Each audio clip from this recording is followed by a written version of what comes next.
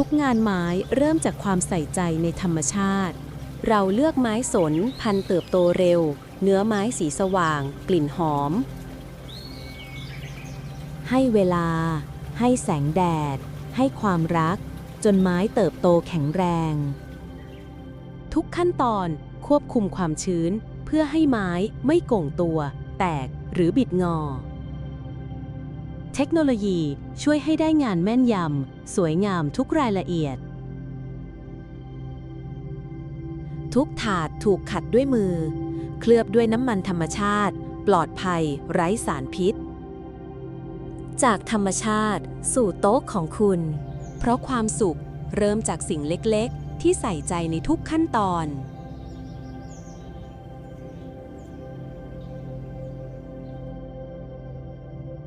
นัดดีไซน์ตาก